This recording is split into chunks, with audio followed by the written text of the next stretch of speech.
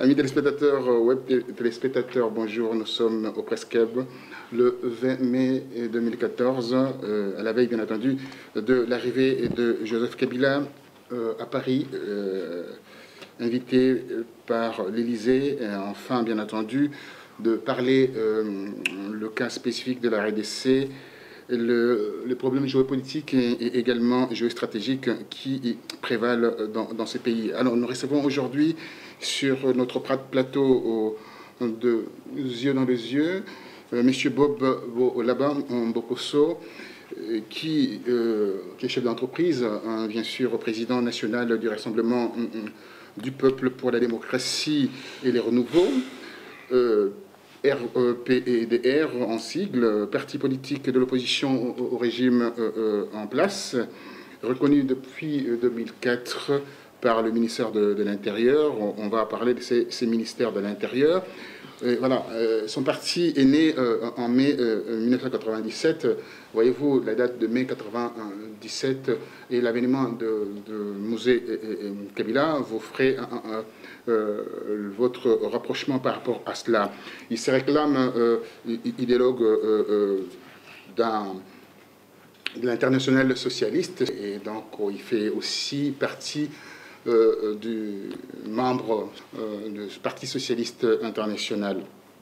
Il avait aligné plusieurs candidats aux élections législatives de 2006 et celles de 2011, et en même temps candidat à la ville-province de Kinshasa, M. Bob Bolaba, donc à la 3e circonscription de Moamba. Il avait également participé aux élections chaotiques du 28 novembre 2011 sur le territoire de Mbushi. Avant de commencer, regardez ces images de Mbushi, là où il a battu campagne. Regardez.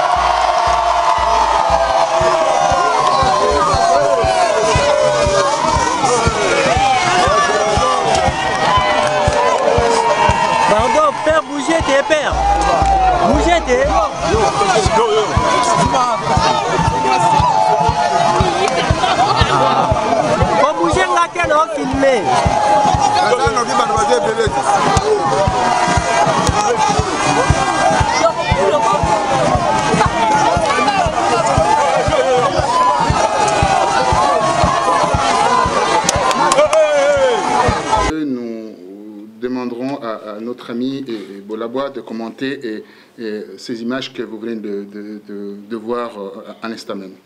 Monsieur Bob, oui. Vos images. D'abord, je voudrais vous remercier de m'avoir accueilli dans cet endroit. Je trouve que l'endroit est splendide. franchement, vous avez fait beaucoup de travail. Maintenant, pour revenir un peu sur ces images, ben, comme vous le voyez, je venais d'arriver sur le territoire de Mouchi, district de Plateau, province de Bandundu.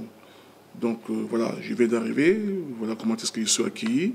Et d'ailleurs, de l'avis de toutes ces personnes, ils m'ont dit que la dernière personne qu'ils ont accueillie, comme ils m'ont accueilli, c'était Mobutu. Parce que ils n'ont jamais, depuis Mobutu, ils n'ont jamais pu accueillir, comment dirais-je, une personnalité politique de la manière dont ils m'ont accueilli. Voyez-vous les images. Je viens de descendre sur le canot rapide. Nous sommes en train, comment dirais-je, de faire le parade, comment dirais-je, dans la ville de Mouchi. Voilà comment est-ce que les gens sont à l'aise. Voilà, donc le moment qu'ils se jettent dans l'eau, c'est vraiment fantastique. Tu sais, j'avais pleuré moi-même quand j'ai revu encore ces images, j'ai vraiment des larmes aux yeux. Oui, c'est vraiment émouvant, très émouvant. Ces images. Merci de nous avoir prêté ces images ô combien historiques. Une question par rapport à cette campagne que vous dites, c'est une campagne chaotique, et pourtant vous y êtes allé. Oui, comme vous le savez, les élections de 2006, organisées par l'abbé prêtre Malou Malou, n'étaient pas vraiment de bonnes élections. Il y avait eu beaucoup de tricheries, mais comparé aux élections de 2011, organisées par M. Moulunda, je crois, Ngoyi, c'était vraiment catastrophique. D'ailleurs, tout le monde le sait. Moi, j'étais candidat sur le territoire de Mouchi. Si tu peux vérifier par tes propres informations, par tes investigations, tu verras qu'à Mouchi, j'avais largement bâti, comment dirais-je, mon adversaire, sur un écart de 80 à 20, complètement. Mais lorsqu'on a proclamé les élections, on fait des résultats, c'est lui qui était porté gagnant. Alors, je n'ai pas accepté, j'ai même été à la Cour suprême de justice, j'ai porté plainte le 9 mars 2012, je crois. On a été devant la justice, mais là encore, tu connais notre justice, hein. Il avait l'argent, il a mis l'argent, et bien voilà, il est passé quoi. Il est passé. Voilà. C'est qui comme candidat? Ben, il s'appelle Monsieur Didas Pembe. C'est lui qui fait... Didas Pembe, alors d'accord, ok. Didas Pembe, je tiens à rappeler aux amis et téléspectateurs, Monsieur Didas Pembe est le père de Soraya Pembe. Et Soraya Pembe, vous le savez, d'où vient cette fille, avec qui Soraya Pembe fricote. Vous poserez la question à Kinga Kati, ils pourront vous répondre. Voilà, donc ils ont un enfant ensemble. Voilà, donc c'était vraiment chaotique. Ça, j'ai appris ça après, mais pas avant. Vous l'avez appris après? Ouais, c'est ça. Que cette personne a été cooptée par Kinga Kati pour qu'il puisse, bien sûr, avoir cette députation. Effectivement. Voilà, très bien. Alors, on ne va pas trop rentrer dans des bêtises de ce qu'on appelle de l'émotion. On va rentrer dans le vif du sujet. Aujourd'hui, on va parler de Kabila. Kabila vient à Paris. Il est à Paris, enfin, demain, pour rencontrer le président François Hollande. Il est tout d'abord question aujourd'hui de parler de sa légitimité. Et accessoirement, il sera question du positionnement de la France, à savoir, il y a la présence de Total, qui est présent partout, qui veut pérenniser, bien entendu, son emplacement, et également pérenniser ses arrières. Il y a la CFAO, qui est dans le commerce de véhicules, une société française. Il y a le Bras Congo, dans les secteurs de la brassicole. Il y a Areva dans l'exploitation de l'uranium. Il y a le CEP Congo, entreprise spécialisée dans le stockage et distribution de produits pétroliers. Il y a la Farge avec la SINA, donc le ciment de la RDC. Il y a Bolloré dans le cadre de la restructuration de la société commerciale des transports et de ports, donc SCTP, donc ex-Onatra. Donc il ne faudra pas perdre de vue quelques déplacements, bien entendu, pour Paris. Hein. Je parle de ces déplacements à Paris. qui vient juste après le déplacement du président Eduardo dos Santos. Il est évident, par rapport à la force aujourd'hui de frappe d'Eduardo dos Santos, il est le président qui gère maintenant l'Afrique australe et également l'Afrique centrale. Donc l'Angola est aux commandes de la conférence internationale sur la région de Grand Lac, CIRGL. Et Luanda passe désormais pour un acteur incontournable pour la paix et la sécurité dans la région de Grand Lac. De passage à Kinshasa, M. John Kerry a reconnu ouvertement cette puissance d'Eduardo dos Santos. Quelle est la lumière portée par rapport à ce que je viens de dire? Vous avez dit beaucoup de choses. En commençant par d'abord la présence de Kabila ici, et aussi les intérêts de Français en RDC, aussi légalement, pour terminer, la légitimité de Kabila. Très bien. La légitimité, quand je parle de la légitimité, c'est-à-dire que son mandat, qui est contesté, et le problème de la Constitution. Bon, moi je pense que, vous le savez très bien, les États n'ont pas d'amis, ils n'ont que des intérêts à défendre. Vous savez de qui est cette phrase-là? Général de Gaulle. Il avait très bien dit, les États n'ont pas d'amis, ils n'ont que des intérêts. Je fais juste une parenthèse pour évoquer rapidement, avant de répondre à ta question, la situation qui se passe au Congo-Brazzaville. On va y venir. On va y venir. Très bien. Donc, je reviens sur ta question. Le président Kabila a déjà fait un mandat qui avait démarré en 2006 jusqu'à 2011. Le deuxième mandat qui avait démarré en 2011 doit normalement prendre fin en 2016. Normalement, sur le plan constitutionnel, il n'a plus, comment dirais-je, à se présenter pour un troisième mandat. Ça, c'est clair et net, si on se réfère vraiment à la Constitution. Donc, il devrait normalement quitter le pouvoir. Mais, comme vous le savez, le pouvoir absolu corrompt absolument. Donc, lorsque les gens arrivent au pouvoir, ils ont toujours tendance à vouloir se pérenniser au pouvoir.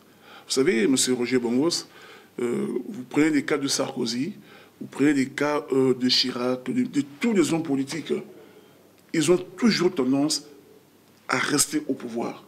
Heureusement que la loi les empêche justement d'aller encore beaucoup plus loin. Dans ces pays, la loi est là, tout le monde respecte la loi. S'il n'y avait pas ce respect de la loi, ben moi je vous dirais que peut-être aujourd'hui, Chirac serait toujours président ici en France. Peut-être Sarkozy serait toujours président en France. Vous savez que souvent les gens ont beaucoup de mal à laisser le pouvoir. On a bien vu au Sénégal avec Wade, bien qu'il est très avancé il a voulu changer la Constitution, il y a eu l'émeute au pays, il y a eu une bagarre terrible, et on l'a empêché d'aller vers cette modification. Et aujourd'hui, en Afrique, il y a au moins 39 chefs d'État qui vont voir leur mandat arriver à fin, comme à terme, mais ils s'arrangent toujours pour s'éterniser au pouvoir et ils utilisent souvent la modification constitutionnelle, quoi. Et je pense que le président Joseph Kabila n'est pas en reste, il fait partie de tous ces gens-là. Il voudrait lui aussi modifier la Constitution pour s'éterniser au pouvoir. Mais je pense que là-dessus, les Congolais, ils ont compris. Les Congolais n'est plus dupes. Le Congolais a fait un grand travail, mais vraiment un grand travail de veille de conscience. Et là-dessus, en passant, je rends hommage à la diaspora combattante, parce qu'en fait, il y a deux diasporas. Il y a une diaspora combattante, il y a une autre diaspora, comment dirais-je, qui est un peu passive. La diaspora combattante a mené vraiment de grands combats. D'ailleurs, t'en sais quelque chose, toi. Tu es parmi les gens qui ont initié les combats ici. Je me rappelle encore la marche Paris-Bruxelles. Tu étais parmi les gens qui l'ont initié, quoi. Donc, la diaspora combattante, il a tellement posé des actions à travers, comment dire, en Occident. L'Occident a commencé à se poser des questions. Est-ce qu'il faut-il garder ce monsieur-là au pouvoir? Donc il y a des questions qui sont posées. Il y a un travail fait par les combattants. Aujourd'hui, on peut dire tout ce que nous voulons sur ce mouvement de combattants, mais force est de reconnaître que ce mouvement a beaucoup travaillé. Alors, maintenant, la question se pose. Joseph Kabila devrait-il rester au pouvoir? Il faut qu'il touche la Constitution. Mais non, il n'a pas touché la Constitution. Et là-dessus, comme vous le savez, parce que vous avez posé la question sur John Kerry, oui. John Kerry, comment dirais-je, a fait dernièrement un voyage au Congo pour rappeler à M. Kabila de ne pas modifier la Constitution, de ne pas chercher à se présenter pour un troisième mandat. Les Belges aussi ont fait la même chose. Les Belges ont fait la même chose. La France le dira aussi parce que demain, il sera reçu. Je crois qu'ils vont aussi aborder ces problèmes-là. Mais, M. Bongos, moi je vais remarquer une chose. On parle plus de Joseph Kabila, on parle moins de Kagame par exemple et des autres. On avait posé la question à Herman Cohen, qui fut secrétaire d'État au secrétaire d'État. Voilà. Aux affaires on lui a posé la question, mais pourquoi vous mettez beaucoup d'accent sur Joseph Kabila alors que Kagame et les autres aussi, ils vont bientôt voir leur mandat arriver à terme. On ne sent pas la même pression. Herman a répondu, il a mal travaillé, il doit partir. Il a mal travaillé, il doit partir. Alors qu'est-ce que moi j'ai tiré comme leçon? La leçon que moi j'ai tirée est celle-ci. Vous savez, Mobutu, le président Mobutu, il est resté 32 ans au pouvoir, soutenu à bras-le-corps par l'Occident. Il était de la CIA d'ailleurs. Il était de la CIA. Mais l'Occident l'avait lâché, comment dirais-je, en 1997. Pourquoi ils l'ont lâché? Ils l'ont lâché tout simplement parce que sur le plan géopolitique, il y a eu, comment dirais-je, beaucoup de choses se sont passées. Mobutu était là comme garant du capitalisme contre le communisme, l'écroulement sur le plan international de l'URSS. Donc le mur de Berlin, le mur de Berlin, 1989, voilà. Où il y a eu la guerre froide. La fin de la guerre froide. Voilà. Donc la fin de la guerre froide a emporté Mobutu. Aujourd'hui... La bipolarisation. Effectivement. Vous parlez de la bipolarisation, on va parler là. Ben, allez-y. Hein, aujourd'hui, c'est fait que Kabila doit partir. Même ses soutiens veulent voir Kabila partir. Mais je suis en train de réfléchir sur une hypothèse. Vous savez, aujourd'hui, après la guerre froide, le monde était devenu unipolaire, avec les États-Unis comme seul chef. Mais aujourd'hui, avec la remontée de la Russie de Poutine, aujourd'hui, avec la Chine qui s'éveille, qui bientôt sera la première puissance économique mondiale. Donc la coalition, je dirais, sino-russe, fait trembler l'Occident. Et nous sommes répartis dans la guerre froide, qui ne dit pas son nom. On est en pleine guerre froide qui aujourd'hui oppose l'Occident face à la coalition russe eurasienne. Donc, alors cette guerre-là, à mon avis, d'après l'hypothèse, je suis en train de travailler sur cette hypothèse-là, cette guerre-là, c'est ça qui va emporter Joseph. Vous savez pourquoi? Parce que dans cette guerre-là, la Chine... C'est une très bonne analyse. C'est une très bonne analyse que j'ai pu faire aussi. La Chine qui veut... Parce qu'aujourd'hui, il y a une course entre l'Occident et la Chine et la Russie pour les matières premières africaines, notamment le cas du Congo. Donc cette course-là, l'Occident s'est rendu compte que Joseph est le maillon faible. Il n'est pas apte, il n'est pas capable de défendre les intérêts de l'Occident. Parce qu'ils se sont rendus compte qu'il est tellement... enfin, son peuple ne l'aime pas, hein, donc il n'est pas populaire, il est impopulaire dans son pays. Le peuple ne l'aime pas, il y a toujours des manifestations lorsqu'il voyage. Alors l'Occident a compris que si on gardait cet homme-là au pouvoir, ça risque de nous retourner, comment dirais-je, en pleine guerre. Et peut-être il pourrait y avoir un changement dans ces pays qu'on ne pourra pas contrôler. Autant nous-mêmes faire partir ce monsieur-là, organiser, comment dirais-je, l'alternative, mettre une autre personne à la place. Du côté de Kagame, il trouve que Kagame, il fait son boulot, donc il fait son boulot, entre guillemets, hein, je veux dire qu'il défend très bien leurs intérêts, il aime missionner son peuple, tout va très bien.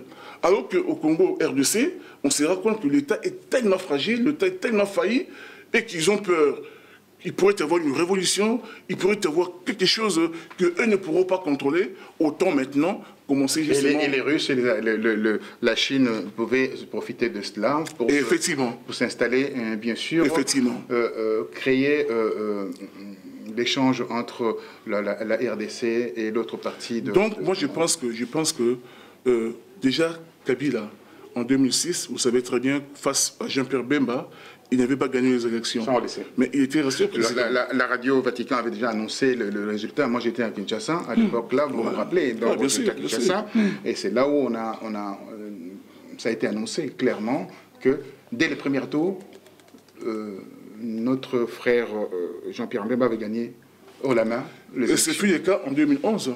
En 2011, avec Etienne Tshisekedi, incontestablement, gagné. Incontestablement, c'était un raz-de-marée. Effectivement. C'était un raz-de-marée avec Etienne Tshisekedi. La mort d'Alam, là où il est, et il doit dire que le monde est méchant. Donc depuis, le président Joseph Kabila est au pouvoir, il continue à diriger, comme on dit, par défi. C'est-à-dire qu'il n'a pas gagné les élections, mais il est là. Et si demain, il se présentait pour un troisième mandat, il ne gagnera pas, mais il restera toujours là. Oui, parce qu'on dit toujours, ceux qui organisent les élections, c'était qui gagnent les élections. Voilà, rappelez-vous, voilà. C'est que Laurent Gbagbo disait aussi. Donc, dans la mesure du possible, cette situation de la RDC nous gêne un peu beaucoup. Bon, vous n'avez pas trop répondu à la question, parce que la question était très très longue. J'essaie un peu de partitionner, de saucissonner cette question. Je pars sur la deuxième partie de la question en disant comment la France pourra préserver ses intérêts que je viens d'énumérer. Et là, les intérêts sont encore énormes quand on regarde l'exploitation au niveau de lac Albert, hein, donc ce qu'on appelle le Graben Albertine, il y a l'exploitation du bloc 1, bloc 2, bloc 3, et où il y a la cuvette de Graben, hein, donc lac Tanganyika, le pétrole assez important. Donc c'est ce qu'on appelle la course à l'énergie. Vous savez, aux États-Unis, il y a plus de 450 millions d'habitants. Donc ils ont besoin d'une énergie assez forte, nucléaire, et également de la ressource au niveau pétrolier. Croyez-vous que la France va vraiment abandonner ce terrain-là en laissant quelqu'un d'autre qui ne maîtrise pas pour le mettre à la tête de la RDC? Normalement, c'est le cas aujourd'hui. On est en train de choisir qui mettre. La diaspora est mise un peu hors jeu parce que nous ne sommes pas organisés. C'est que j'ai appris, c'est que comme information, elles sont en train de chercher l'homme idéal, providentiel, pour le mettre à la tête de la RDC. Que pensez-vous de cela? Comment la France peut s'organiser diplomatiquement? Non, je suis complètement d'accord avec votre analyse. Je voudrais seulement ajouter une autre chose. Vous savez, le départ de Mobutu, comme j'avais dit, c'était la conséquence de la fin de la guerre froide. Mais alors, les Américains, ils se sont retournés vers les Français. Ils ont compris que la France avait colonisé... John Kerry a dit, et aussi Herman Cohen l'a spécifié. Alors, ils ont remarqué que la France avait colonisé plus de 14 pays en Afrique. Ajouter le Congo, le Rwanda et le Burundi qui parlaient français. Donc, la France avait, comment dirais-je, une influence très très forte au niveau de l'Afrique. Mais pendant la guerre froide, les États-Unis ne pouvaient pas s'attaquer à la France parce que la France était, comment dire, son allié. Mais juste après la guerre froide, la France et les États-Unis, ils avaient décidé comment dire, de redessiner la carte géographique de l'Afrique centrale. C'est pourquoi, comme tu le sais très bien, ils ont choisi Museveni, comment dirais-je, ils ont demandé à Museveni d'aider Kagame pour prendre le pouvoir au Rwanda. Kagame a pris le pouvoir au Rwanda. Et deuxième étape, comment prendre le pouvoir, comment dirais-je, en RDC. Marcher sur la RDC. Marcher sur la RDC. Et d'ailleurs, tu sais très bien que le Rwanda était un pays francophone. Aujourd'hui, le Rwanda est un pays anglophone. On rentre dans la communauté du Commonwealth. Dans le Commonwealth. La RDC devait aussi basculer dans le Commonwealth. Ce que Mouzé avait bien entendu prévu de faire. C'est pour ça, d'ailleurs, ça fait partie aussi de l'un des éléments qui l'a précipité vers... Effectivement. Donc il y avait quelque part une volonté des Américains, mais vraiment d'étendre leur influence sur l'Afrique centrale. Museveni et Kagame, ils sont leurs pions. Mais tout ça, c'est avec Clinton, vous savez, avec Clinton. Tout à fait, avec Clinton. Obama arrive au pouvoir. Qui il met secrétaire d'État? la femme de Clinton, qui continue à défendre les intérêts justement de tous ces multinationales. Mais depuis que John Kerry est arrivé au pouvoir, tu remarqueras que les choses ont changé. Qui est francophile, hein? Qui est francophile.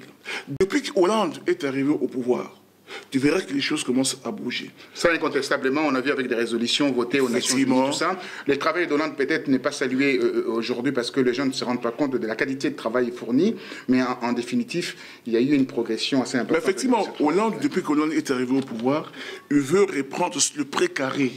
Tu vois, c'est qu'il a été au Mali, il a été en Centrafrique, mais il bouge partout. Et comme John Kerry, il n'a pas été dans les combines avec le Clinton, tout cela. Donc aujourd'hui, ils sont en train, comment dirais-je, de faire bouger les choses en Afrique centrale. Le Rwanda et l'Ouganda, ce ne sont plus des enfants chéris. Maintenant, ils ont compris qu'il faut pousser là-bas du côté angolais, comme tu le sais. C'est l'Angola maintenant qui est la puissance régionale avec qui il faudrait négocier lorsqu'il s'agit de parler du Congo. Ce n'est plus le Rwanda ni l'Ouganda. Vous comprenez? Alors maintenant, pour revenir à votre question, lorsque, par exemple, la France veut aujourd'hui, parce que Kabila arrive demain, mais entre autres, la France... arrive ce soir, on voyage ce soir. Il sera reçu demain. La France, aujourd'hui, est devenue... il joue le bon office entre le Rwanda, et entre le Congo et l'Angola à cause du pétrole. Le pétrole, parce que vous savez très bien que le bloc 14 et 15 que l'Angola exploite, c'est... Ça, on va parler de ça. Bon, allez-y parler, parce que je parlais du bloc 1, 2, 3, vous vous rappelez. Non, je suis parti un peu plus loin pour dire qu'il n'y a que les intérêts. Parlez de ce bloc, allez-y. Voilà. Donc, s'il n'y a pas d'intérêt, les États ne bougent pas. Si Hollande est en train de bouger, parce que les intérêts de la France sont... Tu as parlé de la FARC, tu as parlé du Bouygues, tu as parlé du pétrole total, tout ça. Mais Bolloré, tout cela.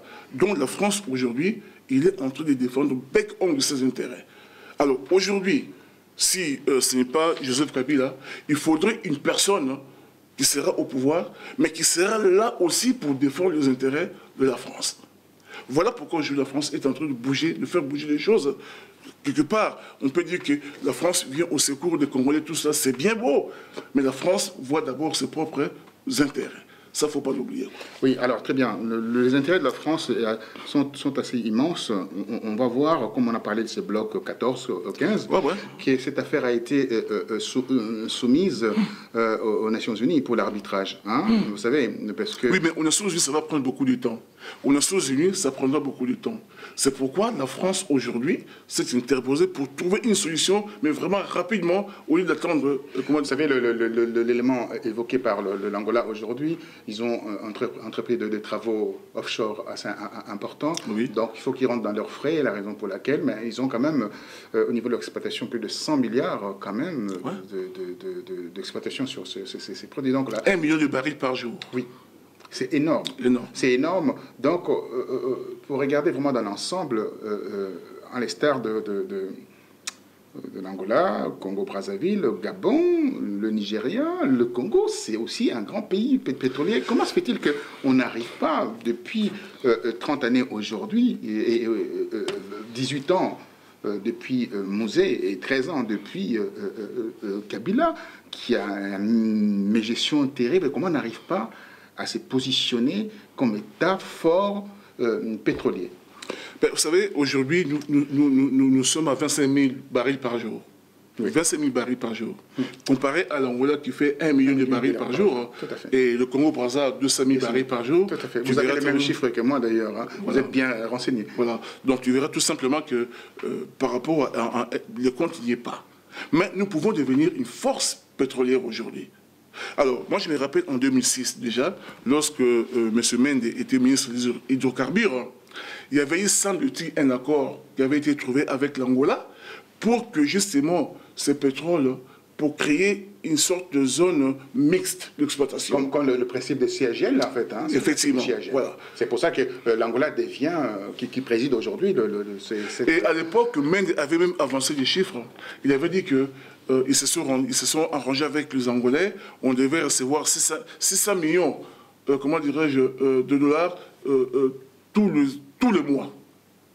Mais depuis... Tous les ans, je crois. Tous les ans. Mais depuis cet accord-là, quand vous prenez des budgets congolais, on ne voit pas cette somme-là. Vous comprenez? C'est qu'on ne comprend pas. Ils ont signé un accord. Qu'est-ce qu'ils ont fait de cet accord-là? On n'en sait rien. Et aujourd'hui, on nous dit qu'ils sont partis encore à l'ONU pour... Donc, il y a un flou, comment dirais-je, qui entoure cette histoire de pétrole. Mais si on avait vraiment des dirigeants, parce que la politique, c'est aussi la volonté. Si on avait des dirigeants politiques avec une ferme volonté, nous, aujourd'hui, on pouvait être une force pétrolière, même plus que l'Angola. Certainement. Même plus que l'Angola. Certainement, parce qu'on a découvert plusieurs blocs. À Lac Albert, tout ça. Donc, on a du pétrole. Lac Albert, Tanganyika. Et moi je dirais encore que, vous savez, moi je suis, comment dirais-je, de Maïndombe. Et dans le parc Virunga. Dans le parc Virunga. Même dans le lac Léopold II, dans le lac Maïndombe, il y a du pétrole. C'est qu'on dit pourquoi Maïndombe, c'est parce que c'est l'émanation du pétrole qui fabriquait, en fait, cette émanation. Donc il y a du pétrole, nous sommes assis sur du pétrole. Sur une plaque pétrolière. Voilà. Nous sommes assis sur une plaque. Nous sommes assis sur l'uranium. Nous sommes assis, c'est que par moment, quand tu commences à compter un peu tout ce que nous avons comme ressources minières, tout cela, on se rend compte vraiment que c'est un gâchis. Le Congo, c'est vraiment un gâchis. On ne pouvait pas aujourd'hui vivre ce que nous sommes en train de vivre aujourd'hui si on avait vraiment des dirigeants plus ou moins éclairés. Très bien. Alors, on va partir sur les gens éclairés. Alors, nous sommes dans la diaspora. Et, soi-disant, des gens éclairés sont en RDC. Il y a Aubin Minakou, qui devient l'homme de consultation aujourd'hui pour la formation d'un gouvernement de cohésion nationale. L'opposition proche de Kengo Adondo, tous, les membres de cette opposition-là, déposent leur dossier pour aller à la mangeoire. Alors, dans cette histoire, on cherche un choix de l'homme qui va conduire la primature entre Tomata Tampogno, Kengo Adondo et également Aubin Minakou. Donc on va toujours reprendre les mêmes personnes et on recommence, si on rentre dans des forfaitures, on rentre dans des malversations. Et le Congo ne va pas s'en sortir avec cette histoire. Vous savez, M. Bongos... Et l'opposition s'empresse aujourd'hui pour aller dans la mangeoire. Oui, vous êtes de l'opposition, qu'est-ce que c'est cette histoire? Voilà, la question est très bien posée.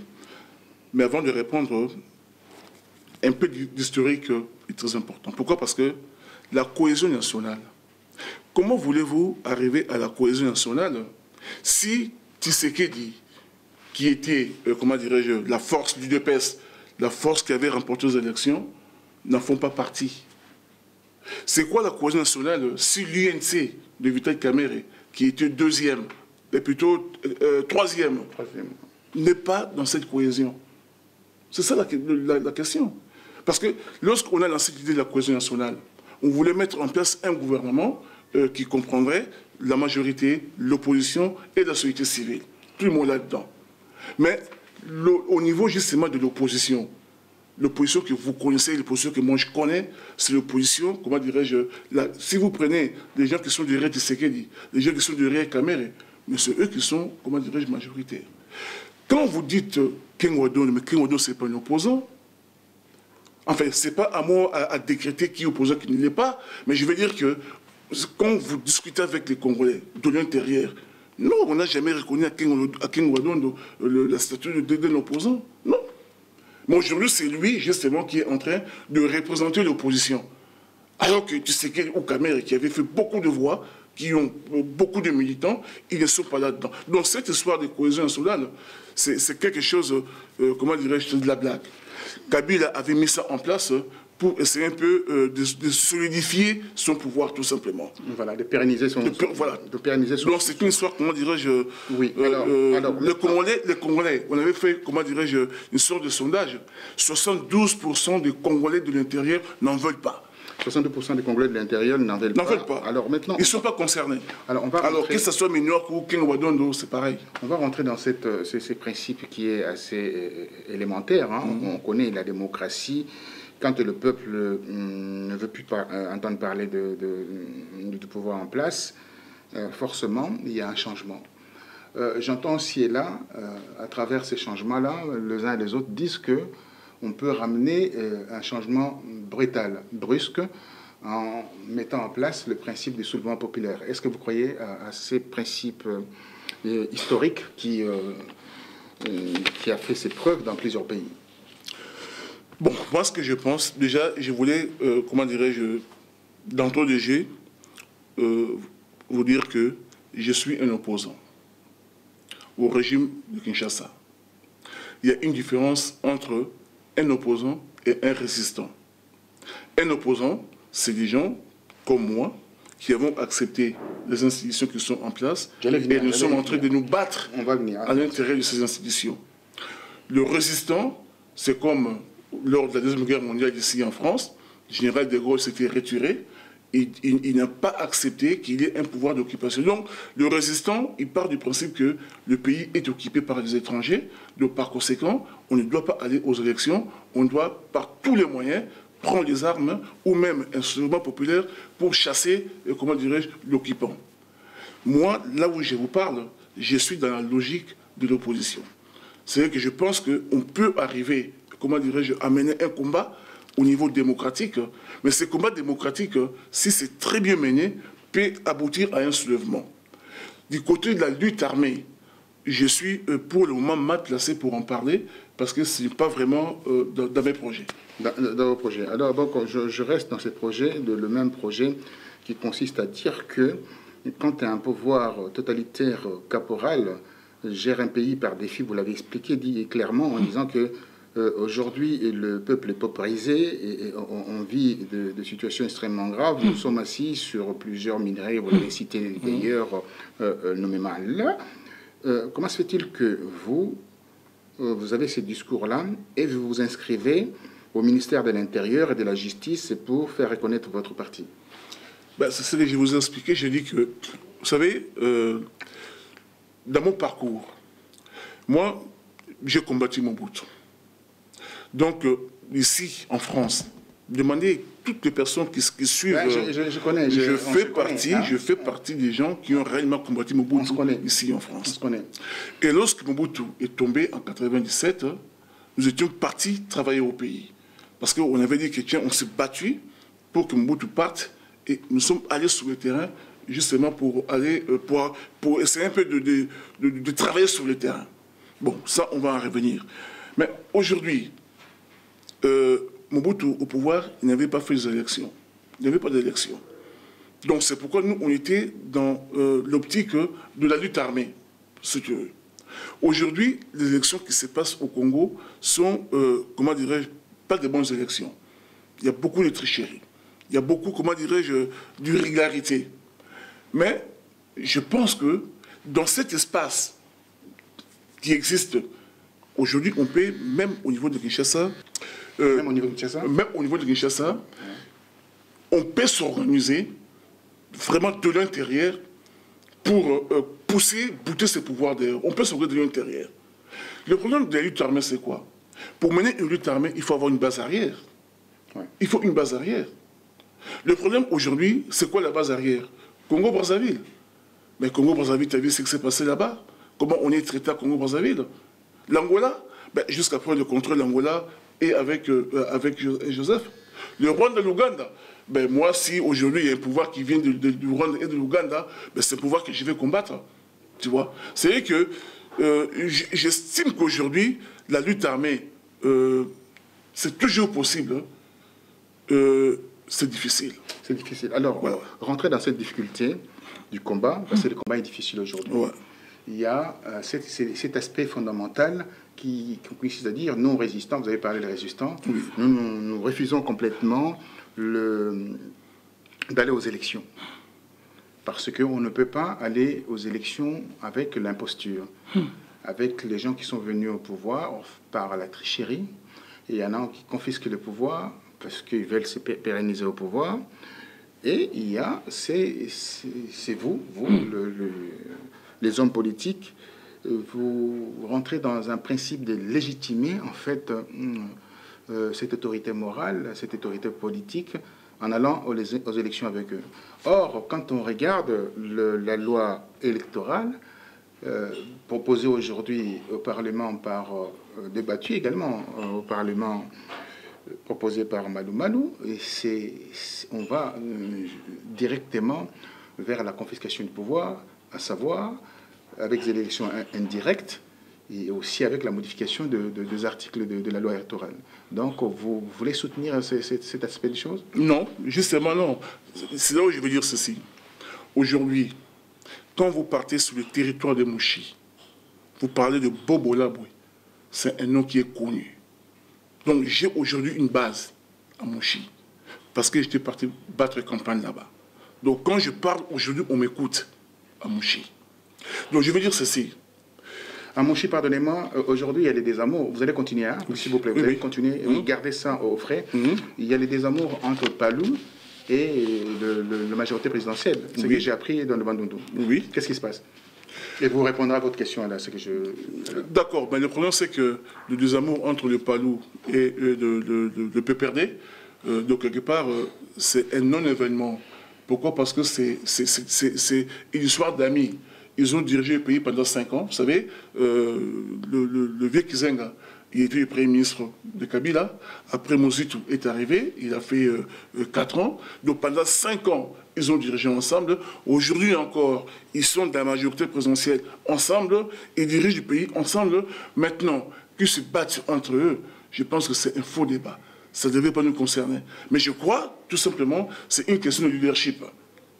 Et je rappelle que Mozitu, aujourd'hui, il est parmi, comment dirais-je, le millionnaire du pays. Tout à fait. Il a beaucoup d'argent aujourd'hui. Il a acheté le club Elaïs, il a eu une société d'aviation, il construit de maisons à gauche et à droite. Il a tellement pillé le temps qu'il a passé au niveau de la primature. On évalue en fait les forfaits aux alentours de 250 millions de dollars. Voilà. Donc maintenant qu'il a l'argent, il peut maintenant, comment dirais-je, concurrencer le pouvoir en place. Il peut maintenant concurrencer Kabila. Parce que c'est le problème. Ils étaient ensemble, maintenant ils ne se sont pas entendus, parce que normalement, d'après ce qui était prévu, en 2000, Kabila devait arrêter en 2016, et le Palou devait continuer. Oui, voilà, c'était des accords en 2006, hein, voilà. Après ces accords. Voilà. Tout à donc le Palou devait prendre, comment dirais-je, la présidence. Or là-dessus, les choses ne vont pas dans le sens qu'ils étaient convenus. Donc il y a des problèmes. Mais je ne vais pas me perdre un peu dans leur querelle, je dirais fratricide, parce que bon, c'est une histoire de la majorité. Je ne me sens pas vraiment du tout concerné. Mais moi, j'arrivais pour dire ceci. Les élections, aujourd'hui, ça peut être un moyen pour arriver à un soulèvement. Vous comprenez? Ça ne peut pas être un piège, parce que si vous rentrez dans ces pièges-là, donc c'est l'engrenage. Hein. Non, mais attends, je veux dire que lorsque... Vous savez, c'est l'ouragan. C'est une lame de fond. Lorsque Joseph Kabila avait triché les élections en 2011, moi j'étais à Kinshasa. Le peuple était prêt dans la rue. Il était prêt à bouger. Et pourquoi Étienne Tshisekedi n'a pas donné ce mot d'ordre-là? Alors maintenant, si Étienne avait donné ce mot d'ordre-là, qu'est-ce qui s'est passé? Parce qu'il y avait un personnel de la CPI qui était dépêché en RDC pour mettre la pression afin que ok, d'accord. Étienne Tshisekedi ne fasse pas cet appel. Cet appel, pardon. Mais c'est pourquoi je dis les contre. S'il avait fait cette affaire-là, on aurait connu un soulèvement.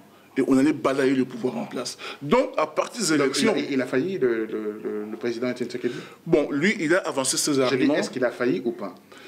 Ça, je ne peux pas trancher, il a failli ou pas, mais je pense qu'il avait avancé, enfin, son entourage a dit que voilà, le problème c'est qu'il ne voulait pas trop envoyer le peuple. Non, parce qu'il a discuté avec des représentants des Nations Unies qui sont venus le voir. Il a eu peur de la CPI, c'est ça? Oui. Bon, il a eu peur de la CPI.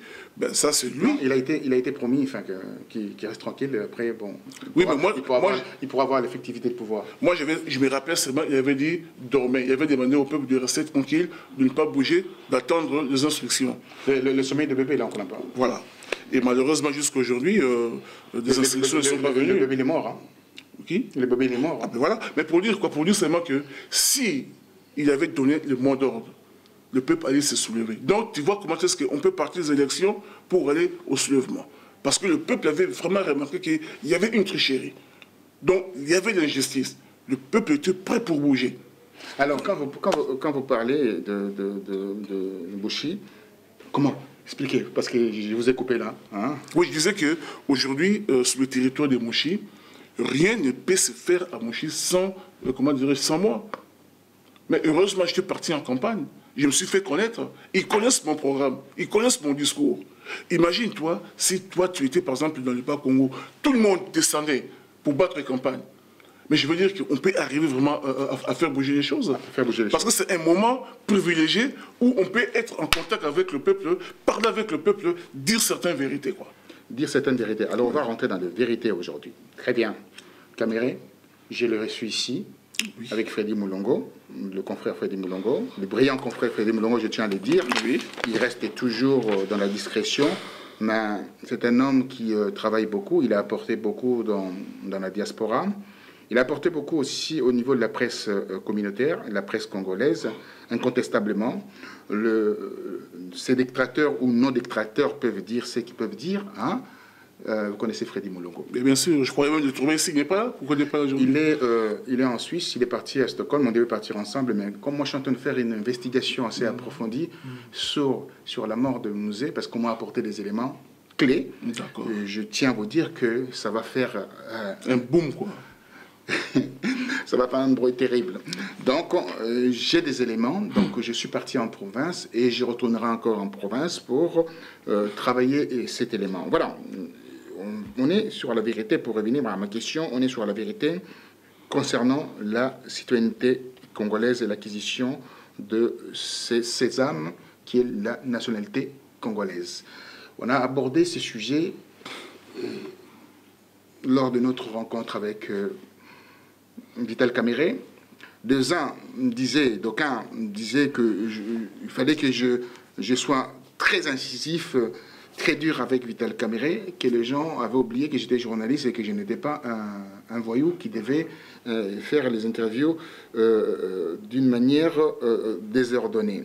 Alors la question que je dois poser à un responsable politique que vous êtes, quelle est la lumière avez-vous aujourd'hui par rapport à ces bruits, à ces ramdams qui... bien sûr, c'est moi qui a amorcé ces débats sur la nationalité, mais je renvoie aussi les gens vers mes articles de février, le 18 février 2009, que je parlais déjà de cette histoire de la nationalité, de Kabila et des autres. J'ai pondu 18 articles là-dessus depuis 2008. Alors, vous, dans votre conception, comment voyez-vous la citoyenneté congolaise, la nationalité congolaise? Comment je vois la nationalité congolaise? Parce qu'on en parle tous les jours. Jusqu'aujourd'hui, je pense que la nationalité congolaise, ce n'est pas comme moi, je la vois. C'est comme défini dans la Constitution. Voilà. Nous avons une Constitution. La Constitution, comme partout ailleurs, ici en France, qui est français? La réponse, tu vas la trouver dans la Constitution. On tape sur le net, on a tout de suite la réponse. Voilà. Comment accéder au pouvoir? Qui peut être candidat? Mais la réponse dans la Constitution. Voilà. Donc je crois que... qui dit la Constitution pour être congolais? J'étais en train de réfléchir sur ça. Je me suis rappelé que l'article 10 de la Constitution, je l'ai d'ailleurs marqué, il dit clairement est congolais toute personne appartenant au groupe ethnique dont les personnes et les territoires constituaient ce qui est devenu le Congo à l'indépendance. Bon, alors, ça veut dire quoi? Il y a deux éléments qui sortent là. Donc, l'ethnie et les territoires. Moi, mon ethnie, aujourd'hui, je suis Monono. Notre territoire, territoire de Mouchi. Dans les années 60, mes ancêtres, ils étaient là. Donc, je suis congolais. C'est quoi votre territoire?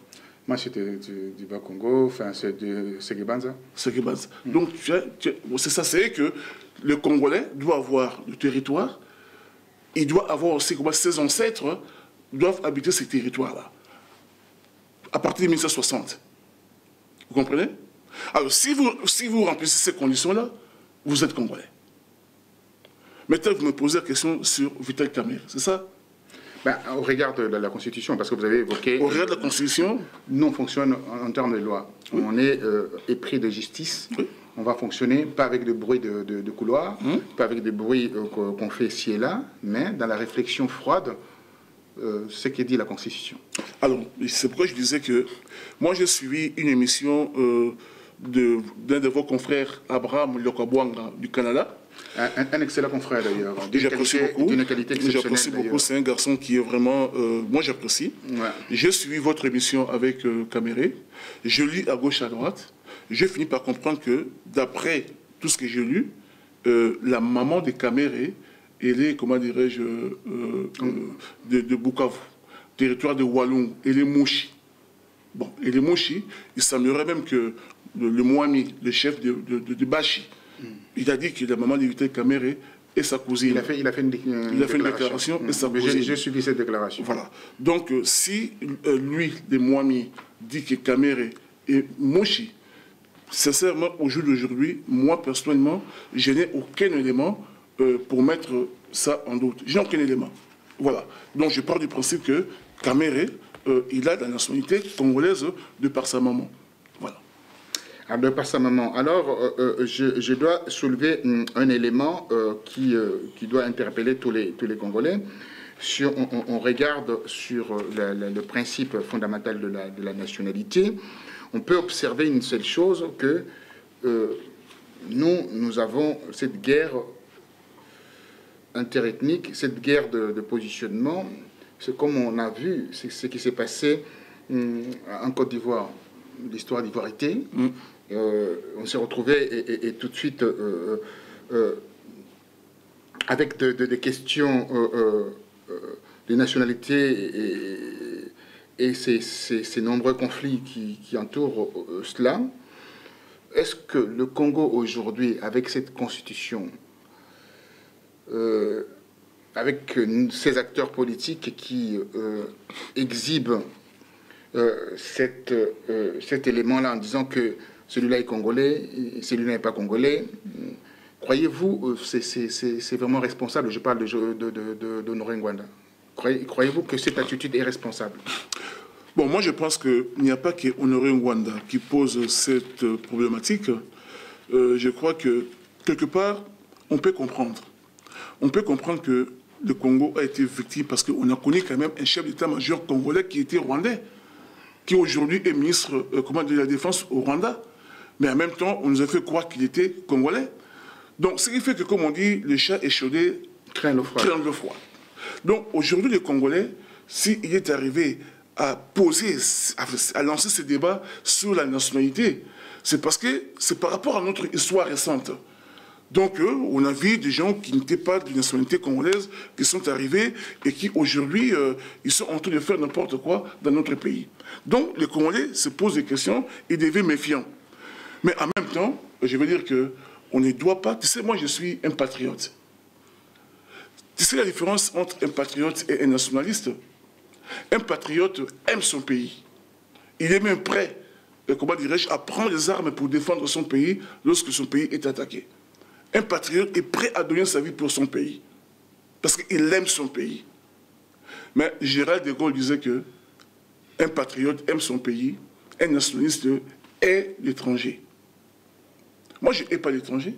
Un patriote, c'est quelqu'un qui aime son pays, mais en même temps, il est ouvert aux autres. Il tient compte aussi des autres. Il est humaniste, quelque part. Il est humaniste. Non, il faut arrêter ça complètement. Mettre tout ça. Parce que tu dis quelque chose d'important ici. Nous mettre ça en vibreur. Je vais carrément arrêter.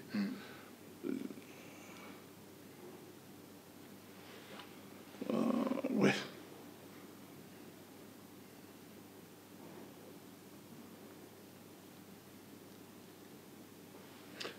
Un patriote humaniste, voilà. Voilà, donc je disais qu'un patriote aime son pays, donc il est lié, comment dirais-je, avec son pays, mais en même temps, il est humaniste. Il comprend aussi des autres nationalités, il comprend aussi des autres. Alors qu'un nationaliste, il n'y a que son pays qui compte. D'ailleurs, la préférence nationale avec le Front National, vous savez très bien. Parce que pour un nationaliste, il n'y a que ses intérêts qui comptent. L'œuf doré, on le voit en Grèce. Hein, par exemple. Donc, pour dire quoi? Pour dire seulement que s'il est vrai que dans les années 60, être nationaliste africain était tout à fait normal, parce qu'on était en guerre contre l'étranger qui nous colonisait. Mais au jour d'aujourd'hui, avec un monde complètement mondialisé, Le monde est devenu un petit village. On a besoin des autres pour faire son chemin. Donc, la notion du patriote tient la route par rapport aux notions de nationalisme. Alors, je voulais lire, je l'ai griffonné, deux éléments essentiels. Parce que un homme... Pardon, je finis avant que tu n'arrives. Pour dire que je ne dis pas que la nationalité, c'est un faux débat. Non, voilà. Ce n'est pas un faux débat. Mais en même temps, je dis tout simplement que aujourd'hui, lorsque moi, je suis ici en France, mes enfants sont des Français. Tu connais mon souhait que mon enfant devienne valse demain. On a connu des ministres congolais en Italie. La dame qui était là-bas, elle est d'origine congolaise. Cécile. On a connu en Belgique des ministres d'origine congolaise. Je voudrais qu'on connaisse aussi des ministres français d'origine congolaise. Tout simplement. Tout simplement. Voilà, moi je griffonnais, comme je disais, sur la nationalité, parce que je l'ai récupéré par rapport à mon article de 2008. Je voulais quand même parler un tout petit peu de ça. La nationalité congolaise ne peut être détenue concurremment avec une autre nationalité au regard de l'article 10 que vous venez de dire. Oui. D'abord, le regard de l'article 10, moi je ne suis pas un constitutionnaliste traitant le cas d'espèce de la Constitution, mais il faut des spécialistes. Et j'ai vu ici et là, on en fait intervenir des gens qui ne maîtrisent absolument pas la constitutionnalité des choses et aussi les droits constitutionnels. Donc moi, je pars sur deux postures. La première posture, c'est le jus sanguinis. Ouais. Tu sais ce que ça veut dire? Effectivement. On va en parler. Le droit du sang. Très bien. Le droit du sang. Donc, au Kabé a le droit du sang. Mais c'est ça, justement. Après, de par sa maman. Le jus soli. Né sous le sol. Les deux éléments-là, oui, on ne peut pas les contester. Non. Dans l'applicabilité du principe de la nationalité. Je l'ai expliqué en 2008. Mais ça reste toujours valable aujourd'hui. Je l'ai expliqué en 2008. Et aujourd'hui, des uns des autres disent. Vous voyez, je voulais les détailler, mais comme tu l'as détaillé, je n'ai pas besoin de les détailler. Oui. Pour que les gens prennent conscience, on doit étudier. On doit s'en acquérir. Il faut prendre, comme on appelle la Constitution, comme on dit, mienne. On ne doit pas fonctionner par l'émotion. J'ai vu un jeune Jean, je l'ai suivi, un jeune Congolais à Londres, je crois. C'est vrai que il est rentré un peu dans certaines confusions dans ses propos, c'est vrai, mais il a ouvert la brèche. Il a ouvert la brèche. C'est pour ça que quand on parle de la Constitution, même si on est juriste, on doit faire très attention, surtout les jeunes juristes. C'est vrai que la Constitution aujourd'hui, l'article 10, s'oppose à d'autres alinéas par rapport à l'effectivité de ce que nos enfants demandent, avoir la nationalité congolaise. Et l'article 10 dit que c'est une appartenance, enfin une nationalité exclusive. Or, sur certains alinéas, que je ne veux pas rentrer dans ces débats sémantiques, les débats assez techniques, c'est quand tu as le sang, le droit du sang, comme on a parlé, et juste sanguinis, ça montre que mon fils qui est né ici peut automatiquement... Il est congolais. Il est congolais. Ouais, ouais. Mais il s'oppose avec l'article 10 de la Constitution. Donc, des juristes, des administrateurs qui régissent ces lois doivent s'asseoir pour régler cette histoire-là. Vous voyez, il y a une contradiction. Mais par rapport à cette histoire, bien que j'étais contre, comment dirais-je, cette conférence de la cohésion nationale qui avait été organisée au pays, mais la résolution de la dite conférence, ils ont retenu un point sur la nationalité. La nationalité congolaise ne serait plus exclusive, mais tu ne peux plus perdre ta nationalité. Il y a un mot qu'ils ont utilisé, c'est-à-dire que si tu es congolais d'origine, donc tu restes congolais d'origine, même si tu prends une autre nationalité, tu ne peux pas perdre ça. Donc en fait, on s'achemine vers la double nationalité quelque part. Parce qu'en réalité... Oui, parce que là, ça va rejoindre cette histoire des éléments qu'on vient d'évoquer. Mais bien sûr, parce qu'en réalité, M. Bongos, tous les dirigeants du pays beaucoup sont de double nationalité. Il y a des Français, Congolais, il y a des Belges, Congolais, il y a des Américains. Donc, mais j'ai dit que sur la majorité des gens qui nous gouvernent là-bas, la majorité, ils ont double nationalité.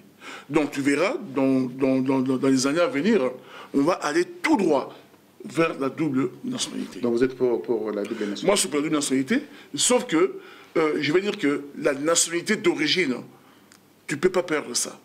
C'est-à-dire que tu peux prendre toute la nationalité que tu voudras, mais quand tu es Congolais d'origine... C'est une richesse d'ailleurs. Effectivement, c'est une richesse.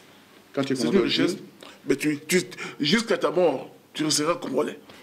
Très bien, jusqu'à ta mort, tu resteras Congolais. Donc je voulais rentrer dans les détails. Parce que, attends, je veux dire que si je suis Mouyanzi, si je suis Mumbala, si je suis Mukongo aujourd'hui, je prends la nationalité française. Parce que je suis plus beaucoup Mouyanzi. Vous êtes je suis plus Mukongo. Dans votre village, on va toujours vous recevoir en tant que Mouyanzi. Je resterai mon nono. Voilà. De Mouchi. Alors, comme vous êtes des Mouchi, quand on regarde Mouchi, on voit Congo-Brazzaville un peu... Effectivement, à côté, hein? À côté, juste vers le collet là. Hein. D'accord. Alors, l'histoire de Congo-Brazzaville. L'histoire du Congo-Brazzaville, comme j'ai dit, les États n'ont pas d'amis, ils n'ont que les intérêts. Nous avons peut-être tort de dire que le Congo-Brazzaville, c'est un pays frère, c'est un pays ami, c'est... Non. Je crois que nous devons quitter la zone de l'émotion. On doit être beaucoup plus rationnel. Les États, ils n'ont que des intérêts à défendre. Maintenant, les questions que moi je me pose, quels sont les intérêts que l'État congolais de Brazzaville défend aujourd'hui face à notre pays pour se permettre de renvoyer autant de Congolais, 80 000 à l'espace de 3 semaines, qui renvoient des Congolais dans leur pays? Tout à fait normal. Si vous voulez plus de Congolais chez vous, ils sont irréguliers, ben, tu peux les renvoyer. Mais les renvoyer dans quelles conditions? Pourquoi si moi je suis irrégulier dans ton pays, tu dois me frapper, tu dois me violer? Non, tu ne veux plus de moi, mais renvoie-moi dans la dignité. Ici, en France, on voit très bien que par moment, les irréguliers, on les renvoie dans leur pays. Congo-Brazzaville, il peut aussi renvoyer s'il estime que... il y a quelques bavires aussi. Mais c'est justement ce bavire-là que je suis en train de dénoncer. Je veux dire que, il n'y a pas que, même toi-même, je veux dire que le fait qu'on renvoie les Congolais, là n'est pas le problème. Le problème, c'est les bavires qui accompagnent justement ce renvoi. Alors, l'humiliation. Oui, l'humiliation. On va rester, comme on dit, de sortir de l'émotion. Voilà. On va parler clairement de cette situation. Cette situation qui nous a frappés aujourd'hui montre que l'État est faible en RDC. Effectivement. Kengwadondo, l'ami détesté de tous, qui a foulé au pied notre économie, on le sait, est parti là-bas pour négocier. De ce retour, ces expulsions-là continuent toujours. Que pensez-vous? C'est un mépris de notre pouvoir exécutif ou pas? Mais moi, je constate seulement le Congo-Brazzaville est en train justement de nous chasser. L'Angola fait pareil. Le Rwanda, l'Ouganda, la Zambie, comme tu l'as dit, parce qu'on n'a pas un État, parce que l'État est faible. Dès que cette histoire avait commencé, j'avais fait un article sur la réciprocité. On renvoie, tu renvoies. J'allais parler de la réciprocité comme vous avez abordé. On renvoie, tu renvoies. On renvoie, tu renvoies. On l'aborde tout de suite. On renvoie, tu renvoies. On l'aborde tout de suite. Mais tellement on est faible, je ne sais même pas de quoi ils ont peur pour renvoyer parce qu'ils pensent qu'il n'y a pas des irréguliers brazzavillois à Kinshasa. Mais il y en a. Alors, il y a un collectif. Et l'opposition aussi demande, un collectif, enfin, il y a la société civile, un collectif des hommes forts de l'opposition, on peut dire ainsi, rapidement d'ailleurs, veulent qu'il y ait une certaine réciprocité, qu'on ferme nos frontières, qu'on rappelle notre ambassadeur et que des mesures de rétorsion soient prises. Que pensez-vous par rapport à ça? Parce qu'on dit qu'au niveau des produits des denrées alimentaires, ça vient de la RDC, l'eau plate qu'on utilise, l'eau de bouteille, ça vient de la RDC, l'électricité, ça vient de la RDC, le produit manufacturé, du savon, l'huile, l'arachide, du foufou. Qu'est-ce qu'on peut faire? Est-ce qu'on doit appliquer ces mesures de rétorsion pour montrer à ces pays-là que le Congo est grand, tout en ayant bien entendu les pieds d'argile? Le voyou là, Kagame, il a envoyé ses tueurs en Afrique du Sud pour abattre, comment dirais-je, des opposants là-bas. Lorsque l'État sud-africain l'a remarqué, ils ont renvoyé 2 ou 3 diplomates rwandais. Le Rwanda a renvoyé 6. C'est ça la réciprocité. Lorsqu'on sait qu'aujourd'hui, M. Bongos, je viens, je frappe ton enfant, tu arrives, tu n'as même pas à te poser des questions. Tu agis, après on verra. On discute. On discute après. Mais d'abord tu agis. Pour dire que si tu me frappes, je te frappe. Donc moi je suis, tu sais quoi, ça c'est l'homme noir et parfois l'arabe. L'homme noir, quand tu donnes un coup, il rigole. Tu donnes un peu plus fort, il rigole. Ok voilà, ouais. Mais lorsque, par exemple, un arabe, tu donnes un coup, il te donne un coup. Mais attendez, on ne me donnait pas des coups. Ok, d'accord. L'autre, il a peur. Il sait que quand je donne un coup, l'autre va répliquer. Il a peur. Mais quand on te donne un coup, toi, tu rigoles. Tu vas recevoir un bon coup. Tu vois? Donc, je suis d'accord avec ceux qui prêchent le principe de la réciprocité. Aujourd'hui, si, même pour notre électricité, même pendant une semaine. Oui, parce qu'au niveau de l'électricité, je tiens à rappeler aux amis téléspectateurs, le Congo récupère et fournit de notre électricité, enfin, fournit de l'électricité de la RDC à hauteur de 10 millions de dollars par an. Oui. Ça vous donne les chiffres. 10 millions de dollars par an. Oui, mais je veux dire que quand tu veux te faire respecter... Ça fait énorme. Quand tu veux te faire respecter, par moment, il faut poser des actes. Perdant aussi les 10 millions. Mais bien sûr que oui. Mais comment tu veux te faire respecter? Comment tu veux bouffer, comment dirais-je, manger les omelettes sans casser les œufs? Donc moi je pense que, d'abord, jusqu'à aujourd'hui, notre ambassadeur ne m'est pas rappelé. Jusqu'à aujourd'hui, ça fait pratiquement un mois, il n'est pas rappelé. Leur ambassadeur n'est pas, comment dirais-je, convoqué. Alors une dernière question par rapport à cela, parce qu'on ne va pas s'éterniser sur ça. Il y a 80 000 personnes, une bonne partie qui sont à Maluku. Vous avez vu dans des conditions assez difficiles. Regardez les images. Voilà. Que pensez-vous de ces images? Ben, moi, je pense que c'est vrai, je suis le premier à dire qu'il ne faut pas qu'on mette de l'émotion. Mais comment ne pas mettre de l'émotion quand tu vois des images pareilles? Mais c'est révoltant. C'est vraiment révoltant. C'est que je suis de ceux qui ont combattu Mobutu, tu le sais très très bien. Mais Mobutu vivant n'avait pas accepté ça. C'est vrai. Mobutu vivant n'allait pas accepter cela. Alors, nous acceptons cette situation.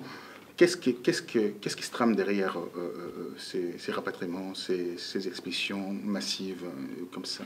Alors, ce qui se trame, c'est quoi? Justement parce que si on était un gouvernement responsable, crédible, on allait poser des actes. Pourquoi aujourd'hui, on n'arrive pas à poser des actes? Qu'est-ce que nous sommes en train de nous reprocher? Je veux dire que notre gouvernement se reproche de quoi? Si certaines personnes pensent qu'il est complice dans cette histoire-là, ben, comment ne pas accepter? Parce que s'il n'était pas complice, le gouvernement congolais, de notre Congo, il allait poser des actes. Mais jusqu'à aujourd'hui, il est là frileux, il ne bouge pas, il ne fait rien. C'est que quelque part, il doit se reprocher quelque chose. Il doit se reprocher quelque chose. Maintenant. Mais qu'est-ce que c'est trame derrière cette histoire-là? Ben, je n'en sais rien. Mais d'après ce qu'on entend à gauche et à droite, ben, il faut prendre ça avec beaucoup de réserves. Il ne faut pas prendre ça, comment dirais-je, au premier degré. Comme effectivement, comme... il semblerait, je dis bien il semblerait, conditionnel, que quand Mobutu était parti du pouvoir en 1997, il y avait, comment dirais-je, la DSP qui avait fui, qui était partie se réfugier au Congo-Brazzaville. Et d'ailleurs, je te rappelle, c'est la DSP qui s'est battue à côté de Sassou Nguesso pour qu'il puisse revenir au pouvoir. Avec les éléments venus de Kinshasa. De l'Angola. De l'Angola aussi. Ils sont encore aujourd'hui, d'ailleurs, voilà. qui maintiennent ces présidents en place. Lorsque Jean-Pierre Mbemba se battit contre la garde de Joseph Kabila, vous vous souvenez? En plein Kinshasa, j'étais là. J'étais là. C'était au mois d'août, je me rappelle bien. Et les militaires de Mbemba, ils étaient partis à Brazzaville. Ouais. Lorsque le général Mounene, comment dirais-je, avait voulu faire ces militaires sont partis à Brazzaville. Oudjani a été tué. Oudjani, lorsqu'il y a eu la rébellion dans le du Niélé, ils ont fui à Brazzaville. Donc à Brazzaville, il y a, comment dirais-je, une forte, comment dirais-je, concentration de militaires sur place. Et Joseph Kabila a toujours demandé à Sassou de lui donner ces militaires-là. Sassou avait toujours refusé. Or, il se trouve que d'après les services de renseignement congolais de Brazzaville, ils ont dit que Sassou voudrait lui aussi modifier la Constitution. Mais s'il essaie de modifier la Constitution, il pourrait y avoir des mouvements de l'opposition, il pourrait y avoir une guerre civile. Et que les opposants allaient s'appuyer sur cette forte concentration de militaires de Kinshasa qui sont là-bas à Brazzaville. Et du coup, Sassou s'est attendu avec Kabila pour dire que tiens, toi tu as besoin de militaires ici, je vais te les renvoyer. Ça c'est une version qu'il faut prendre avec des pincettes. Une autre version, et d'ailleurs, lorsqu'ils ont renvoyé tous ces gens-là, il y a beaucoup de militaires congolais aujourd'hui qui sont au Congo-Kolo, qui ont été arrêtés. Donc ils sont partis du Brazzaville, on les a renvoyés, comment dirais-je, chez nous, on les a arrêtés, ils sont au Congo-Kolo. L'autre version qui contredit un peu ce dont je viens d'évoquer là, dirait que dans cette traversée, il y a aussi des infiltrés que le Rwanda a, comment dirais-je, a éjectés pour que, éventuellement, dans les jours à venir, qu'ils puissent, comment dirais-je, transformer Kinshasa une poudrière. Une poudrière. Et comme ça... Moi, c'est cette version-là que je l'ai entendue au niveau avant d'abord d'annoncer, parce que c'est moi qui ai annoncé l'arrivée de Kabila ici à Paris. Hein, oui, mais je sais. D'ailleurs, voilà, donc c'est les mêmes personnes qui m'ont apporté cet élément. Enfin bon, ça c'est, on verra comment les choses vont évoluer. On ne les souhaite pas, mais on verra. Voilà, donc ça c'est une deuxième version. Tout à fait. Maintenant, le problème c'est quoi? Pourquoi aujourd'hui nous sommes appelés à commencer à chercher les versions? Parce que le gouvernement en place ne communique pas, parce qu'il est faible. Aujourd'hui... Et pourtant Lambert Mende communique. Ah, mais là il est mieux, hein. Là il ne parle pas beaucoup. Hein. Là il ne parle pas beaucoup. Mais attendez, Oudjani a été tué. Le gouvernement congolais de Brazzaville ne dit pas un mot là-dessus. C'est Kinshasa qui annonce la mort d'Oudjani. Mais tu crois que Oudjani il est mort comme ça? Il a été livré. Voilà. Alors, donc il y a beaucoup de questions qui demeurent sans réponse. Alors, dites-moi, pour terminer, la réponse. Comment se fait-il que cette histoire du M23, avec l'amnistie, des gens du M23 qui ont volé, qui ont massacré, qui ont marché sur la population, qui ont marché sur les gens, se trouve aujourd'hui amnistiés et de surcroît narguant la population de l'Est de la RDC. Au niveau de ces clans d'amnistiés, il y a beaucoup de personnes. RP, qui vient de mon aîné, il y a des gens d'Ouganda. Ouganda n'a pas fait la déclaration. Il envoie son vice-président Ndala Wandala faire une déclaration. Or, c'est quelque chose d'extrêmement grave. C'est lui qui devait faire cette déclaration, il n'en fait pas. Il y a quelques manifestants sont libérés et les vrais opposants sont en prison. Que pensez-vous de tout ça? Mais moi, je pense tout simplement que... Quand je dis aussi quelques éléments de Jean-Pierre Mbemba, hein, qui est de Jean-Pierre Mbemba, qui était arrêté en 2006, hein, rappelez-vous, et aussi les gens qui ont, entre guillemets, fomenté le coup d'État de 2007, février 2007, 27 février. Non, mais 2007. Le problème, c'est que l'amnistie, tu le sais très bien, ça vise le 1-23. L'amnistie vise le 1-23. On a été chercher un peu de gens à gauche, à droite pour s'opposer, pour dire que voilà, ça concernait tous les Congolais, mais en réalité... C'était pour amnistier des gens de 1-23. 1-23, tu connais très bien qui sont des raids de 1-23. C'est Rwanda et l'Ouganda. Voilà. Donc pour dire seulement que, même quand tu sais un peu de voir la liste sur les gens qui ont été amnistiés, il y a beaucoup de gens de 1-23. Alors que pensez-vous de Roger Mbala, quand il dit qu'il n'est pas membre du 1-23 ? Parce que j'étais quand même choqué, j'ai des éléments en appui. Je n'ai pas compris qu'on ne puisse pas montrer ces éléments-là. J'ai des éléments en appui qui attestent clairement, au niveau de signature de Kampala, parce que je me suis retrouvé avec ces documents, que son nom est apposé en tant que vice-président de cette délégation du M23. Comment se fait-il qu'aujourd'hui, il peut crier partout à gauche et à droite qu'il ne serait pas dans le M23 ? Le cas de Roger Mbala, c'est un cas, je vais dire que, qui me laisse un peu perplexe. Il va se présenter aux élections, je ne sais pas où, dans quel pays. C'est un garçon qui a beaucoup de qualités, à mon avis. Ah bon? Mais il est en train de l'utiliser très mal. Très mal. C'est un courageux. C'est quelqu'un qui peut faire beaucoup de choses. Oui, on peut les reconnaître. Mais c'est moi, j'ai l'impression que... Les qualités, je ne sais pas. Courage et qualité, c'est... il est en train de mal utiliser, comment dirais-je, les atouts qu'il a, lui. Ah, voilà. Tu vois? Il a beaucoup d'atouts. Il pouvait, si vraiment il était... c'est l'opportunisme qui fait tout cela, malheureusement. Tu vois? C'est ça la différence entre un patriote et une autre personne. Le patriote, c'est d'abord l'amour du pays. Mais j'ai comme l'impression que pour ce qui se passe avec notre Roger Lumba, là, c'est plutôt... il veut lui se retrouver. C'est lui d'abord. Mais je te dis qu'effectivement, c'est ce qu'il pense. C'est vrai qu'il avait fait la demande d'asile politique ici en France, hein, parce que sa carte devait être retirée. Oui. Pour qu'il ne soit pas comme des sans-papiers en Belgique, enfin, comme des sans-papiers à Brazzaville. Il a opté pour cette possibilité de demander l'asile politique. Et comment ça s'est passé? On lui a répondu Non, mais quand on fait la demande, on attend. Il faut attendre. Ouais, ouais. Ben moi, je dis que moi, personnellement parlant, c'est quelqu'un que je connais très bien. En 97, on était parti avec lui, avec Kabila Peur au pays. C'est quelqu'un que enfin, je vais dire, comme je dis, il a beaucoup d'atouts. Mais seulement, il a mal utilisé, ou alors il est en train de mal utiliser. Donc, c'est un ancien compagnon qui ne voulait pas taper dessus, je comprends. Alors, non, ce n'est pas question de taper dessus, c'est qu'il me laisse perplexe. Je ne sais pas très bien qu'est-ce qu'il veut. Ça, c'est politiquement correct comme discours, mais je peux comprendre. Alors, terminons.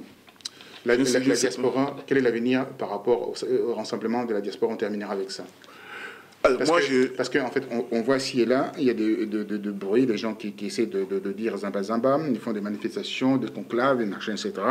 Et il y en a qui tirent sur le conclave de l'autre, il y en a qui font des manifestations là pour déstabiliser les autres. En fait, en réalité, c'est une cacophonie terrible. Tout ça, c'est la course au pouvoir. Mais nous, quand on a commencé le combat, on n'avait pas cette histoire-là de conclave, de machins, etc., pour pouvoir se positionner, tapant sur les gens d'une manière imbécile. Et qu'est-ce qui se passe, tout ça? Ben, il se passe que d'abord, je te rends hommage, Roger Bongos, parce que tu es parmi les gens qui ont fait que beaucoup de combattants soient aujourd'hui connus. Je me rappelle, beaucoup de combattants, enfin au début du combat, tu as aidé beaucoup de combattants à émerger. C'est très très bien. Je sais également que les combattants, ils ont mené, ces mouvements-là, a mené un combat très louable. Même si dans chaque mouvement, il y a quelques incartades, tout ça, ça ne manque pas, quelques bavures, mais en tout cas, ils ont fait un travail considérable. Mais en même temps, je dis ceci, le mouvement des combattants, c'est une sorte de groupe de pression. Les combattants, ce n'est pas des politiques. Les combattants, s'ils veulent, enfin, ils ne sont pas organisés pour prendre le pouvoir. S'ils veulent prendre le pouvoir, les combattants, soit ils créent des partis politiques, des structures, comment dirais-je, appropriés pour prendre le pouvoir, ou ils adhèrent dans des partis politiques existants pour conquérir vers le pouvoir. Mais le mouvement combattant, comment dirais-je, quand tu le prends comme ça, ils n'arriveront jamais au pouvoir. Ce qu'ils sont en train de faire, c'est comme un mouvement de pression, un groupe de pression. Et que les autres personnes vont en profiter. Voilà, grâce à leur pression. Ils vont rester au bord de la route. Malheureusement, c'est toujours comme ça se passe. Il y aura peut-être, comme je disais, 1% qui va peut-être se retrouver. Peut-être 0,1%. Mais les autres... Non, mais je pense que grâce à leur pression, grâce à leur combat, comment dirais-je, on est en train de bouger les murs. Bien sûr, tout à fait. Mais maintenant, mais il faut que dans le mouvement, mais ce n'est pas tous, c'est que dans les mouvements de combattants, il y a comment dirais-je, quelques-uns parmi eux, arrivés à un certain moment, ils vont comprendre que le combat a des limites. Ils vont soit se muer en parti politique, ou alors ils vont adhérer dans le parti politique de leur choix. Ce n'est que comme ça qu'ils pourront se retrouver. Voilà, merci infiniment. Vous avez suivi Bob Bolabwe, qui a fait de la politique. Il a des analyses assez approfondies. C'est un homme à poigne, un homme qui a fait la RDC en 2006, en 2011. Il a été d'une manière, comme on dit, désordonnée, d'une manière humaine, démis de ce qu'il avait pu constituer comme patrimoine électoral. Vous avez constitué un patrimoine électoral important, oui. Et l'autre est venu taper là-dessus pour vous punir, entre guillemets, au lieu que vous puissiez avoir l'effectivité de ce que le peuple vous a accordé. Mais malheureusement, c'est un autre Kidam qui s'est retrouvé à votre place, nommé à l'Assemblée nationale pour parler en tant que porte-voix de la majorité présidentielle. C'est bien dommage cette histoire. Vous êtes rentré en Europe, soutenu par votre famille. Je tenais à rendre hommage à votre épouse. Oui. Une très grande épouse, d'ailleurs, que je dis, heureusement qu'il y a des épouses comme l'épouse de Bob Bolabois. Et sans cette épouse, je pense que la situation serait beaucoup plus compliquée. Merci à vous, madame, donc, de soutenir les combats de nos vaillants combattants, nos vaillants résistants, de patriotes qui se battent pour le pays. Il y a beaucoup d'épouses, je ne suis pas là à critiquer ces épouses, mais laissent de côté le combat. Quand le mari va dans le combat, il y a la guerre dans la maison. Effectivement. Il y a la guerre dans la maison. Et ça crée des problèmes extrêmement graves. Je demande à ces épouses-là de mettre un tout petit peu de l'eau dans leur vin, afin que nous arrivons vers la destination finale, donc la victoire pour le peuple congolais. Merci à vous de nous suivre. Il y aura un prochain invité ici qui va nous parler également de la RDC et également des femmes, la souffrance, et surtout nous édifier sur les éléments, des nouveaux éléments pour gagner ces combats. Merci à vous et à très bientôt. Merci Bob. Oui. Merci beaucoup. Un mot de la fin? Un mot de la fin, oui. Je crois que je voulais juste souligner ce que je n'ai pas arrêté de dire depuis. Les États n'ont pas d'amis ni de frères. Ils n'ont que des intérêts. Aujourd'hui, si un pays, comment dirais-je, un pays comme le Rwanda, je prends le cas du Rwanda, le Rwanda, ce n'est pas notre ami, c'est pas notre... Non. C'est que... On n'a pas la même culture. Voilà. Donc, je pense que nous devons comprendre ça, c'est que dans la politique, il ne faut pas qu'on mette toujours des émotions. Autre chose, ça, je m'adresse, comment dirais-je, aux politiques. Je dis que les combattants, je reviens sur eux, ce sont des jeunes garçons, des jeunes filles déterminés qui font un travail énorme. Mais en même temps, je dis que ils ne sont pas organisés pour prendre le pouvoir. Il appartient aux politiques de montrer la voie. Il appartient aux politiques d'aller parfois à l'encontre de ce que disent les combattants. Tu vois, c'est que de se mettre à leur place, de montrer les chemins, la voie à suivre. Parce que si les politiques démissionnaient, ils laissent tout entre les mains, comment dirais-je, des combattants, ben, le combat risque de prendre n'importe quelle direction. Et je dis aussi que je suis content du fait que chez les combattants, il n'y a pas un président des combattants. S'il y avait un président des combattants, sinon ils seront complètement noyautés complètement. Et anéantis. Heureusement qu'ils ont gardé leur liberté d'action. Mais ils doivent confédérer. Voilà. Pour pouvoir... ils doivent se mettre... Donc, l'unité fera la force. Mutualiser leur force. Voilà. Donc, voilà ce que je voulais dire. Merci à vous. Et à très bientôt. Et suivez-nous sur Afrique et Nation, le prochain magazine, le prochain site internet pour Afrique et Nation, Réveil FM, ça sera Afrique Continent. Un grand site international panafricaniste qui se mettra en place dès la rentrée, donc le mois de septembre. Ça va faire fort avec plus de 40 articles par jour ou 100 articles par jour, ça dépend, avec nos collaborateurs qui vont travailler avec nous. Merci à vous, à très bientôt. Laisse-moi quand même te remercier. Je veux dire que la toute dernière fois que tu m'avais reçu dans une émission, ce n'était pas dans un cadre aussi prestigieux. Qu'est-ce qui s'est passé? Vous avez beaucoup travaillé, j'ai l'impression. Oui, parce que là, on sent vraiment que c'est autant plus mal, c'est la classe quand même. Hein. Oui, parce que nous sommes membres du Club Presse. Ah, d'accord. Et pour rentrer ici, il faut montrer patte blanche. C'est-à-dire qu'il faut des références. Il faut aussi que donc, vous soyez recommandé et également parrainé par de grands journaux de CEMON, TF1, France 2, tout ça, etc. Voilà, donc il faut bousculer les choses. Non, il faut rester dans le ghetto et aller de l'avant. Prochainement, ils me verront dans les télévisions intervenir maintenant en tant que spécialiste de la RDC. Merci. Oui, encore une chose. Non, c'est pour dire que, vous savez, M. Bongos, vous êtes quelqu'un qui n'est pas non plus facile hein, à vivre. Oui. À vivre. Donc, que les gens vous apprécient ou pas, il faut les comprendre. Mais reste sur ton chemin. C'est ce que je suis en train de faire. Okay. Ma femme m'a recommandé de garder le cap. Je garde les caps. Mon fils m'a dit... Oui, donc le papa combattant. Et ton père t'a dit que les vaches seront élevées ensemble. Oui, voilà.